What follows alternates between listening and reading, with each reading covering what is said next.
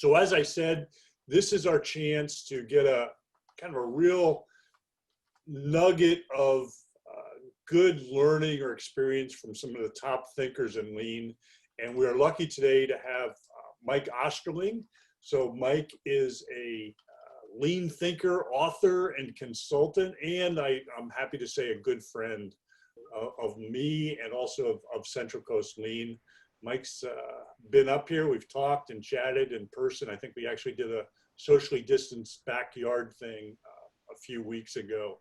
So it's good to have Mike here and good to have him participating. And with that, I'm already recording, so I'm going to go ahead and turn this over to Mike.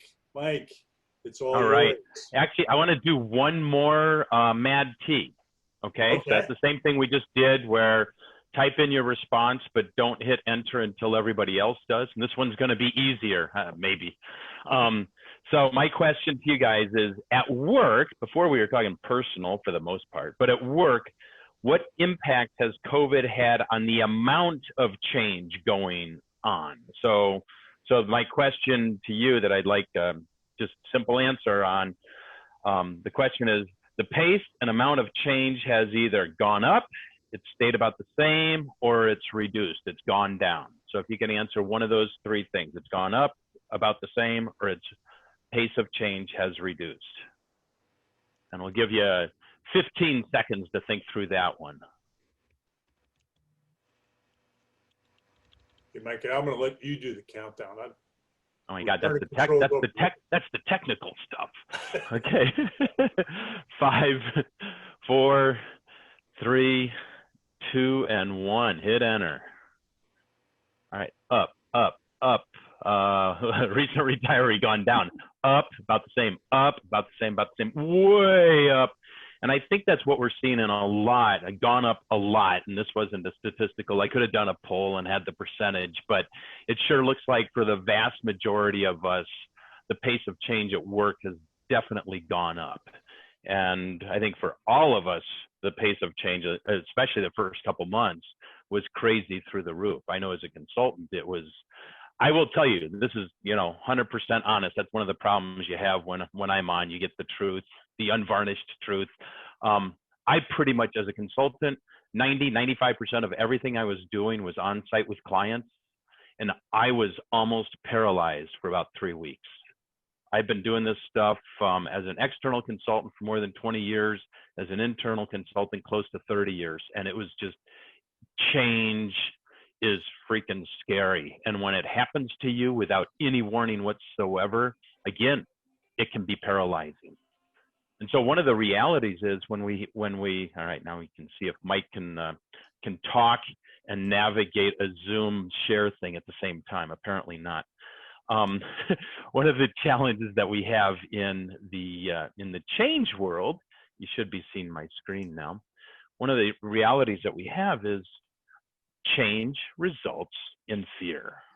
I mean, somebody comes at us and they say, "Oh, we're going to change. We're going to," and I'm all positive when I was internal or working with clients, like, yeah, this is great stuff, but it doesn't mean that everybody else reacts that way. And we all have heard about, it is that fear of change, and it's fear of the unknown, and it's fear of, well, I know how to deal with the crud now. When something goes bad, I know how to respond, but with this new thing, I won't know what to do. And so if we don't know what to do, we go back to where we were. And I really think that words count. Now, sometimes change is, we have to change. Mike, you have to go virtual. You can't come on site anymore. We won't see you for months or a year or whatever it is. And so you need to change, and that's a crisis. And sometimes it does have to be, it needs to be mandated. Other times, and I think this is more often the case, we really need to think about change and present and honestly, sincerely manage and go through change as an experiment or as a series of experiments. And people's reactions to those words differ. Change, it's fear. And I'm not saying, I'm making generalizations big time right now, but I think when people hear experiment, it's a different reaction. A lot of people are almost like curious.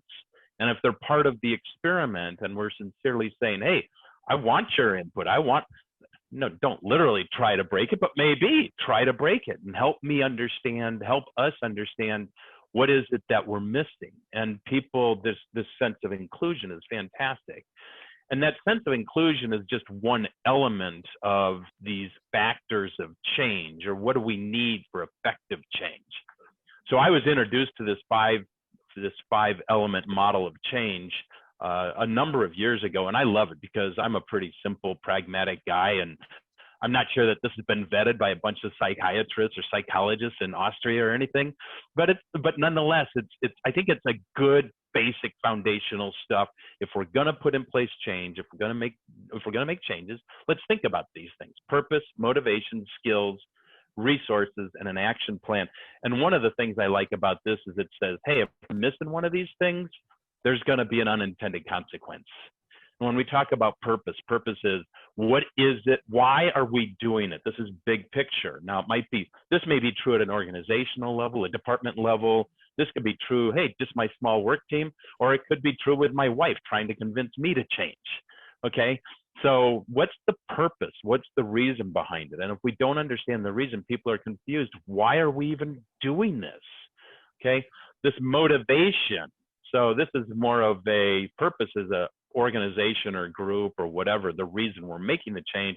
The motivation piece, and we'll talk about these first two today, purpose and motivation, that's kind of the what's in it for me. Why should I change? And if we don't understand that, then you're not going to get me to change quickly. I might be kind of slow. If I don't understand my WIFM, my what's in it for me, maybe I'll change, maybe I won't, and maybe if I do, it'll be slow. Skills. Yes, I want to make the change for me. I want to make it for the organization or the customer, whatever it might be. But if I don't know how to do that, I literally don't. Hey, you want me to put in place a Kanban system? I've never heard the word before. And I get ulcers, or we'll call it anxiety, okay? The resources, if we don't have the resource, maybe it's time, it's money, it's access to expertise. You fill in the blank with those technology. Then I'm frustrated. I want to do it. If we don't have a good plan, then it results in false starts. You've got a bunch of people going in different directions. And I love this five elements of change. And actually the sixth element in the 5-element plan here is employee engagement. And so, people will say, hey, if we're missing employee engagement, maybe it's not invented here, lack of buy-in, or whatever that might be. So today, in our first of this series of 3, I'd like to quickly go through this kind of purpose and motivation. And actually, before I do that, I think this model can be really, really effective in reflecting back on changes that we've made in the past that haven't gone well. And we kind of use this as a diagnostic, a CSI. Hey, what were we missing? And we can learn from that. Okay, but I think it's very, very powerful as a reflection tool. But obviously, it's a lot better if we can go into it from a proactive perspective and say, hey, we've got a change coming down the pipeline. Are we addressing these? How are we addressing each of these 6 things? Is it going to guarantee that it's going to work? No. Is it going to significantly reduce the chances of just outright failure? My experience and folks I've worked with say absolutely. It's good stuff. So today we're going to focus quickly on purpose and motivation. And I like to think of it as creating an emotional pull, P-U-L-L, an emotional pull for change. So if people understand, hey, why are we making that change? What's the purpose? And maybe it's related to better serving our customers. Maybe it's related to better performance or survival or whatever it might be for the organization. Or maybe it's something related to employees. I mean, there's different reasons we put different types of changes in place, and they don't all serve everything, right? I've got a client that's in the aerospace industry, and March 17th was an ugly day. They knew right away business was just going to plummet, and they didn't know for how long. And so one of the first things we did was we went in and we said, hey, let's redefine our strategy. The strategy that they'd written 6 months before was out the door. Changing times, changing places, changing times, changing conditions required change in approach. And so in convene. So we went through a Hoshin-Conry or a strategy deployment thing.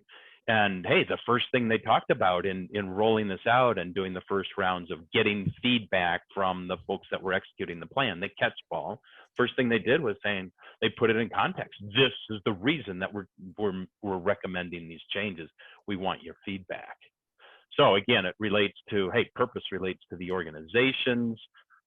It's their purpose, their vision. You want to keep in consideration their vision, their mission, and make sure that it's aligned with the values. And so communicating and drawing that connectivity is really, really important. So the second factor in that creating that emotional pull is motivation. And, you know, it's pretty interesting because we've all heard this, we're all lean weirdos, okay? But, you know, we all know that money doesn't drive behaviors, but unless you're in the sales department. But it's interesting that, well, what we need to do is define the what's in it for me. And I think Maslow's hierarchy of needs are a really, really important thing to kind of take into consideration when we're looking at the what's in it for me. What's my personal motivation? Hey, it could be something on here. It could be as simple as, you know, where are we at? Security and safety needs. Hey, this is part of your job. You need to do it. Okay. And I'm not saying it should all be that dictatorial in that way, but I think that's something where we want to see where are we at, or where are my direct reports at in this hierarchy of needs. So I think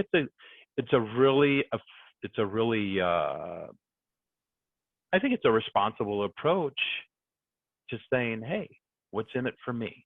And try to figure out where your direct reports are on this chart. Hey, I've got, you know, I'm in a very seasonal work environment. It's very manual labor and things like that. It's going to be different than I have a team of professors or you know, software programmers and designers and things like that. So where are folks at? You know, it's pretty interesting when you look at the top of that chart and you think about where are the people that are contributing all of their time to keeping Wiki up? They are not in the safety level. They're somewhere else on that chart. So that's something to think about. So that's my 10-minute bit, and just kind of setting this up for things to ponder. I think it's valuable to go back and try applying some of this thinking, okay, and reflect on a recent change that met resistance. Doesn't mean that you had to be the manager. You could have been the victim, okay? So a recent change that met resistance, particularly in how either purpose or motivation were addressed. So where's that emotional pull or lack of emotional pull? What would you do differently if you could reset the clock? Or if can't think of one of those, maybe this is even more helpful, is to think about something that's coming down the pipeline for you. If you have a change in the works, what will you do differently as a result of this part one of the Thinkinar to address purpose or motivation? So next week, what we're going to get into is overcoming some of the anxiety and frustration risks or bits related to effective change. So Eric, I think that's what I wanted to cover in the 10 minutes. So I think I'm going to turn it over to you. All right, Mike, thank you very much. Mike, you want to go ahead and stop sharing? Yes. Let's see. So there we go. All right. So thank you for that, Mike. And what we're going to do now is we're going to do some quick break.